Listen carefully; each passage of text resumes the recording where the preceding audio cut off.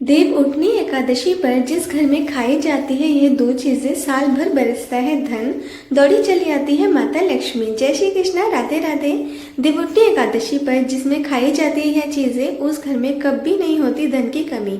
हिंदू धर्म में देवउठनी एकादशी का बड़ा ही विशेष महत्व होता है। कार्तिक माह के शुक्ल पक्ष में आने वाली एकादशी तिथि को देवउठनी एकादशी कहा जाता है। देवउठनी एकादशी को प्रबोधिनी एकादशी और देवोत्थान एकादशी के नाम से भी जाना जाता है। यह कार्तिक मास के शुक्ल पक्ष की एकादशी तिथि को मनाई जाती है। इस दिन भगवान विष्णु 4 माह के बाद योग निद्रा से जागते हैं। उसके साथ ही चातुर्मास का समापन होता है। देवउठनी एकादशी के दिन फिर से शादी, विवाह, मुंडन, संस्कार, सगाई समेत सभी मांगलिक कार्य की शुरुआत हो जाती है। देवउठनी एकादशी के अगले दिन द्वादशी तिथि में तुलसी विवाह का आयोजन कराया जाता है। भगवान विष्णु के शालिग्राम अवतार से माता तुलसी का विवाह होता है, जिस दिन को तुलसी विवाह के नाम से भी जाना जाता है। धार्मिक मान्यताओं के अनुसार तुलसी विवाह के आयोजन से घर में सुख, समृद्धि और खुशहाली आती है। कार्तिक माह में तुलसी के पौधे की पूजा अर्चना भी शुभ फलदायी माना गया है। धार्मिक मान्यता है कि सभी एकादशियों में सर्वश्रेष्ठ मानी जाने वाली इस देवउठनी एकादशी का व्रत करने वालों को स्वर्ग और वैकुंठ की प्राप्ति होती है। भगवान श्री हरि विष्णु जी की कृपा से उस व्यक्ति को हर तरह के सुख की प्राप्ति होती है। उसके जीवन में कभी भी किसी भी तरह की समस्या नहीं आती है। हालांकि आपको देवउठनी एकादशी के दिन कुछ बातों का ध्यान रखना भी बेहद जरूरी होता है। शास्त्रों में कुछ ऐसे नियमों का वर्णन किया गया है जिन नियमों का पालन हर व्यक्ति को देवउठनी एकादशी के दिन करना चाहिए।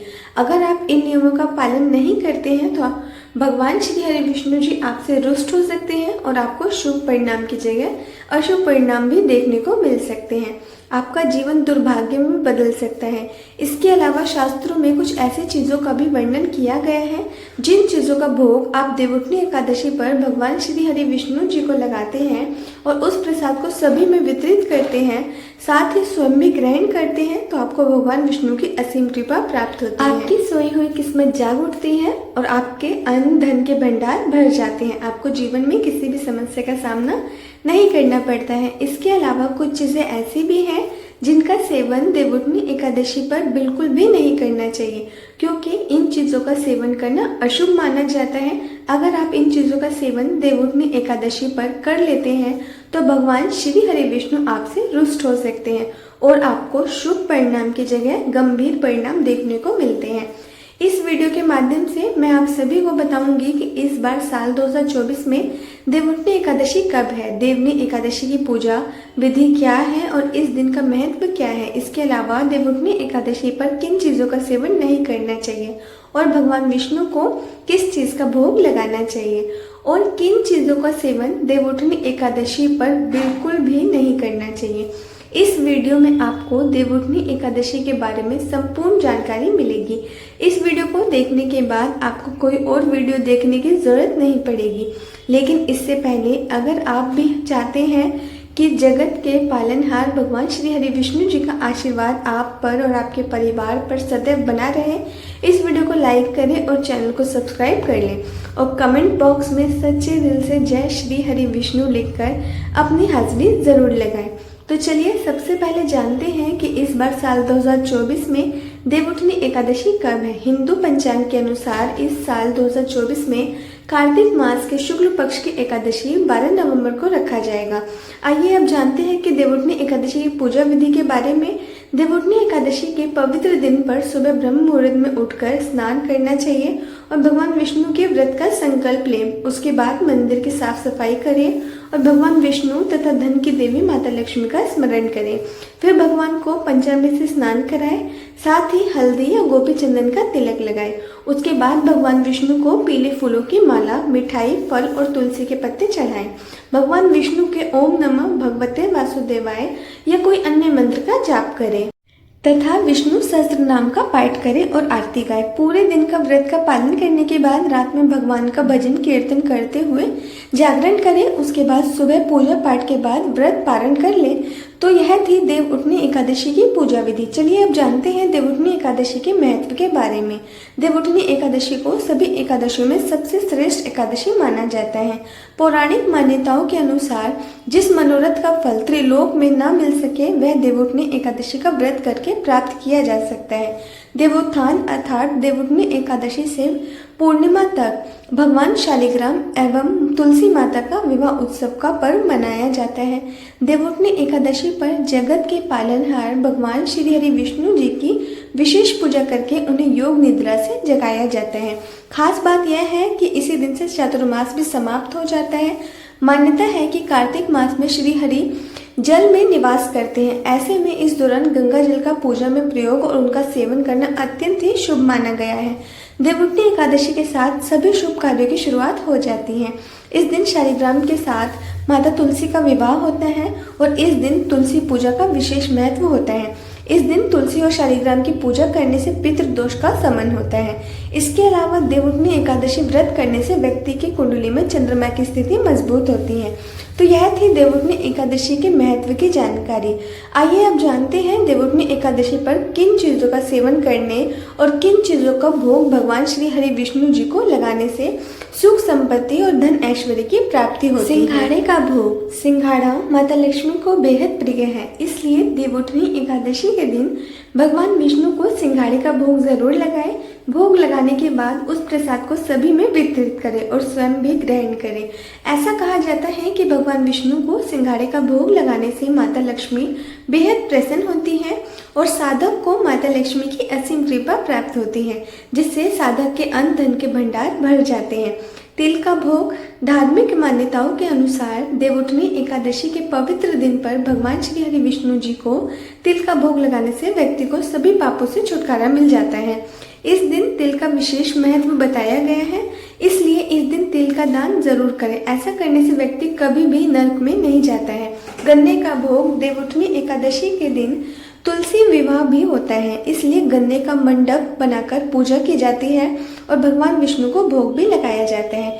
धार्मिक मान्यताओं के अनुसार ऐसा कहा जाता है कि भगवान विष्णु को गन्ना चढ़ाने से सुख शांति की प्राप्ति होती है, साथ ही जीवन में किसी भी प्रकार की समस्या का सामना नहीं करना पड़ता है। केले का भोग। भगवान विष्णु को केले बहुत प्रिय हैं, इसलिए जब भगवान योग निद्रा में जागते हैं तो उन्हें केले का भोग लगाया जाता है। इससे धन वृद्धि होती है और सभी समस्याओं से भी छुटकारा मिल सकता है। इसके अलावा आपको देवउठनी एकादशी पर केले के पौधे की पूजा अर्चना भी करनी चाहिए। ऐसा करने से साधक को भगवान श्री हरि विष्णु और माता लक्ष्मी जी की विशेष कृपा प्राप्त होती है और जीवन में कई तरह के शुभ फलों की भी प्राप्ति होती है। पंचामृत का भोग। धार्मिक मान्यताओं के अनुसार भगवान विष्णु की पूजा में पंचामृत होना बेहद जरूरी होता है। बिना पंचामृत के भगवान विष्णु को भोग नहीं लगाया जाता है, इसलिए देवउठनी एकादशी तिथि के दिन भगवान श्री हरि विष्णु को दूध, शहद, घी, शक्कर से बने पंचामृत का भोग अवश्य लगाएं। इससे सौभाग्य की प्राप्ति हो सकती है और साधक की सोई हुई किस्मत जाग उठती है। पंजीरी का भोग। देवउठनी एकादशी के दिन भगवान विष्णु को पंजीरी का भोग जरूर लगाएं। ऐसा कहा जाता है कि पंजीरी भगवान विष्णु जी को अति प्रिय है और इन चीज़ों का भोग लगाने से व्यक्ति को मनोवांछित फलों की प्राप्ति हो सकती है और परिवार में खुशियों का आगमन होता है। पंजीरी का भोग लगाने से अशुभ ग्रहों के बुरे प्रभाव से छुटकारा भी मिलता है। गुड़ का भोग। मान्यताओं के अनुसार भगवान विष्णु को गुड़ बेहद प्रिय है, इसलिए भगवान विष्णु जी को देवउठनी एकादशी पर गुड़ का भोग अवश्य लगाना चाहिए। ऐसा करने से साधक को लाभ होता है कि साथ ही सौभाग्य में वृद्धि होती है। मिश्री और पीली मिठाई का भोग। देवउठनी एकादशी के दिन भगवान विष्णु को पीले रंग की मिठाई और मिश्री का भोग जरूर लगाना चाहिए। पीला रंग भगवान विष्णु का प्रिय रंग है। माना जाता है कि मिश्री और पीली मिठाई के भोग से भगवान विष्णु की अनंत कृपा प्राप्त हो सकती है और जीवन में तरक्की के नए नए मार्ग खुलते हैं। मखाने और साबूदाने की खीर। देवउठनी एकादशी के दिन भगवान विष्णु को मखाने या साबूदाने की खीर का भोग लगाना चाहिए। खीर प्रभु श्री हरि विष्णु को बेहद प्रिय है। खीर का भोग लगाने से भगवान विष्णु भक्तों पर असीम कृपा करते हैं। दूध का भोग। ऐसा कहा जाता है कि अगर किसी व्यक्ति की कुंडली में चंद्रमा की स्थिति कमजोर है तो उसे देवउठनी एकादशी के दिन भगवान विष्णु जी को दूध का भोग अवश्य लगाना चाहिए। इससे धन और मन दोनों में विस्तार होगा और व्यक्ति की सभी परेशानियां भी दूर हो जाएगी। केसर की मिठाई का भोग। भगवान विष्णु को केसर की मिठाई अत्यधिक प्रिय है। ऐसे में देवउठनी एकादशी के दिन केसर युक्त चीजें श्री हरि को जरूर अर्पित करें। जो साधक ऐसा करते हैं उन्हें सुख, शांति और धन ऐश्वर्य की प्राप्ति होती है। इसके अलावा देवउठनी एकादशी पर भगवान विष्णु को सफेद रंग का भोग लगाएं। इस दिन खीर या सफेद रंग की कोई भी मिठाई का भोग लगाने से श्री हरि विष्णु प्रसन्न होते हैं। भगवान विष्णु के भोग में तुलसी का उपयोग करें क्योंकि विष्णु भगवान को तुलसी अति प्रिय है। भगवान विष्णु को भोग लगाते समय तुलसी का उपयोग करना ना भूलें। धार्मिक शास्त्रों के अनुसार भगवान विष्णु तुलसी के बिना भोग ग्रहण नहीं करते हैं। साथ ही भगवान के भोग में सिर्फ सात्विक चीजों का ही प्रयोग करना चाहिए। भोग में प्याज लहसुन का प्रयोग वर्जित होता है क्योंकि यह सात्विक आहार में नहीं आता है। इसके अलावा भगवान विष्णु के भोग में तीखी चीजों के इस्तेमाल से बचना चाहिए और भगवान को भोग लगाने के बाद भोग को कुछ देर पूजा स्थल में ही रखें। भोग लगाने के बाद भगवान को प्रणाम कर थोड़ी देर के लिए वहां से हट जाना चाहिए। भगवान के भोग के साथ एक लोटा जल भी रखना चाहिए। इसके अलावा भगवान को भोग लगे हुए भोजन का थोड़ा सा हिस्सा निकालकर गाय को जरूर खिलाना चाहिए। उसके बाद ही उस भोग को प्रसाद के तौर पर बांटना चाहिए। धार्मिक ग्रंथों के अनुसार गाय को माता का दर्जा दिया गया है और गाय को भोजन खिलाने से पितृदोष से मुक्ति मिलती है। तो यह थी वह चीजें जिनका भोग भगवान विष्णु को लगाने से आपको भगवान विष्णु और माता लक्ष्मी की असीम कृपा प्राप्त होती है। चलिए अब जानते हैं देवउठनी एकादशी पर किन चीजों का सेवन भूल कर भी नहीं करना चाहिए। चावल। देवउठनी एकादशी के दिन किसी भी व्यक्ति को भूल से भी चावल खाने नहीं चाहिए। चावल से बनी चीजों से भी इस दिन दूर ही रहना चाहिए। ज्योतिष का कहना है कि चावल खाने से मन और शरीर स्थिर नहीं रहता है। चावल को हविष्य अन्न कहा जाता है। यह देवताओं का भोजन माना गया है। ऐसे में इस दिन चावल खाने से व्यक्ति के सारे पुण्य नष्ट हो जाते हैं। जौ। देवउठनी एकादशी तिथि पर जौ और सिफली खाना भी वर्जित माना जाता है। इसके अलावा देवउठनी एकादशी के दिन लहसुन और प्याज के सेवन से भी बचना चाहिए क्योंकि यह दोनों तामसिक भोजन में आते हैं। यदि आपने व्रत नहीं भी रखा है तो कोशिश करें कि सात्विक भोजन ही करें। इस दिन मांस, मदिरा और अन्य तीखी व मसालेदार चीजों का सेवन भी नहीं करना चाहिए। देवउठनी एकादशी के दिन पूरी तरह से सात्विक भोजन करना चाहिए। पान। देवउठनी एकादशी के दिन भगवान नारायण को पान अर्पित किया जाता है। ऐसे में व्यक्ति को पान नहीं खाना चाहिए, नहीं तो भगवान श्री हरि विष्णु जी की आपसे नाराज हो सकते हैं और आपको शुभ परिणाम की जगह अशुभ परिणाम देखने को मिल सकते हैं, जिससे आपका जीवन दुर्भाग्य में बदल सकता है और जीवन भर आपको कठिनाइयों का सामना करना पड़ सकता है। चने की दाल। दोस्तों, देवउठनी एकादशी तिथि के दिन मसूर दाल, चना दाल, उड़द दाल, गोभी, गाजर, शलगम, पालक का साग आदि का सेवन नहीं करना चाहिए। साथ ही इस दिन शारीरिक व मानसिक तौर पर किए जाने वाले बुरे कार्य से भी बचना चाहिए क्योंकि शास्त्रों में देवउठनी एकादशी को मोक्षदायिनी एकादशी भी कहा गया है। इसलिए देवउठनी एकादशी तिथि के दिन इन चीज़ों का सेवन बिल्कुल भी नहीं करना चाहिए, वरना आपका जीवन दुर्भाग्य में बदल सकता है। बैंगन। शास्त्रों में बैंगन को अशुभ माना गया है। ऐसे में देवउठनी एकादशी पर बैंगन का भी सेवन नहीं करना चाहिए। ऐसा माना जाता है कि इस माह में पित्त दोष संबंधी बीमारियां होने का खतरा रहता है और बैंगन पितृ दोष बढ़ाता है। इसके अलावा देवउठनी एकादशी पर ब्रह्मचर्य का पालन करना चाहिए और बैंगन काम प्रवृत्ति को बढ़ाता है। इसलिए कार्तिक माह में धार्मिक दृष्टि से बैंगन खाना उचित नहीं है। उत्तेजना वर्धक होने की वजह से बैंगन को धार्मिक दृष्टि से अशुद्ध माना गया है। अगर आप गलती से भी देवउठनी एकादशी पर बैंगन का सेवन कर लेते हैं तो आपको शुभ परिणाम की जगह अशुभ परिणाम देखने को मिलते हैं, जिससे आपका जीवन दुर्भाग्य में भी बदल सकता है और आपको आर्थिक तंगी जैसी समस्या का भी सामना करना पड़ सकता है। दूसरे घर का भोजन। देवउठनी एकादशी के दिन किसी दूसरे घर का भोजन नहीं करना चाहिए, यहाँ तक कि दूसरे घर का पानी भी नहीं पीना चाहिए।